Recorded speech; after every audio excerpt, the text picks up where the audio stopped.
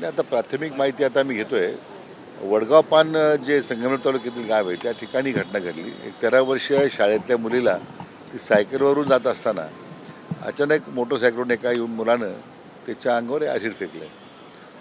दुर्दैवानं तिचा गालही भाजलेला आहे, थोडा बऱ्यापैकी डॅमेज आहे. प्रवाडा मेडिकल ट्रस्टमध्ये तिला ते ॲडमिट करून आमच्या हॉस्पिटललाही सगळ्या सूचना दिलेल्या आहेत. व्हॉटएव्हर बेस्ट ट्रीटमेंट जे अवेलेबल आहे त्या मुलीला मी देतो आहे. परंतु त्या भागामध्ये जिथं घटना घडली तिथं कुठल्या प्रकारचा CCTV नाही आहे, त्यामुळे आरोपी आयडेंटिफाय होत नाही. पण आमची शंका अशी आहे की तो गावातलाच मुलगा असला पाहिजे कोणीतरी. तर पोलीस चौकशी करतायत. मी त्या सगळ्या घटनेवर माझं बारकाईने लक्ष आहे.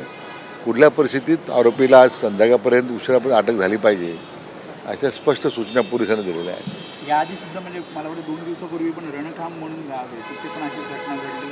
लग्नाला नकार दिला म्हणून ॲसिड हल्ला घडला. नाही, आता दुर्दैवाने घटना घडत राहतात. का घडतात मला कळत नाही. म्हणजे एक सामाजिक एक सोशल इश्यू होत चाललेला आहे दुर्दैवानं.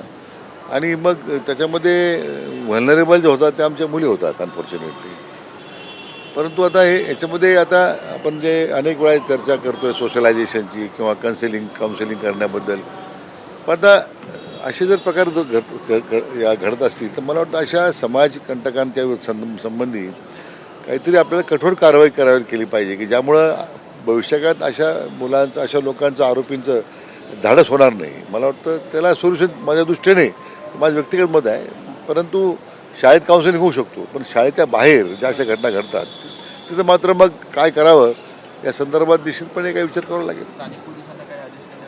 नाही, ॲडिशनल SP स्वतः चौकशी करतायत. त्यांच्याशी मी संपर्कात आहे आणि वी आर कॉन्फिडंट ना बहुतेक आज संध्याकाळपर्यंत आम्हाला तो आरोपी पकडता येईल.